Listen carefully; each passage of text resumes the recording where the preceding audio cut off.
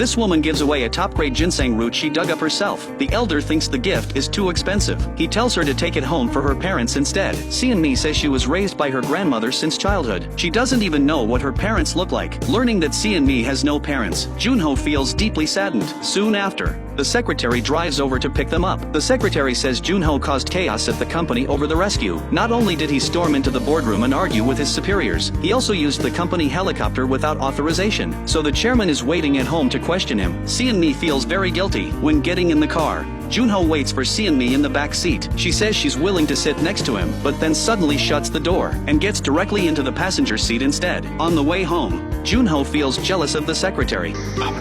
먹지 마, 밥.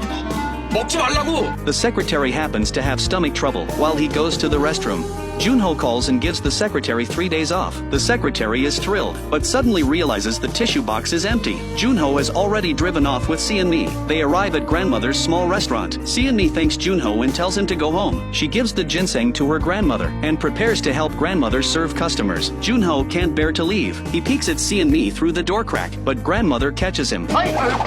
Grandmother makes him peel onions. He spends half the day but wastes a bunch. He even peels the onions down to grape size. Not only does grandmother scold him for being useless, he also tears up from the fumes. Grandmother asks Seon-mi to buy tofu. Junho follows her the whole time, taking advantage of their shopping trip. The two eat lots of street food along the way. Only after returning home do they remember they forgot to buy tofu. Seeing grandmother is angry, Junho presents flowers as an apology, but gets lectured by grandmother instead.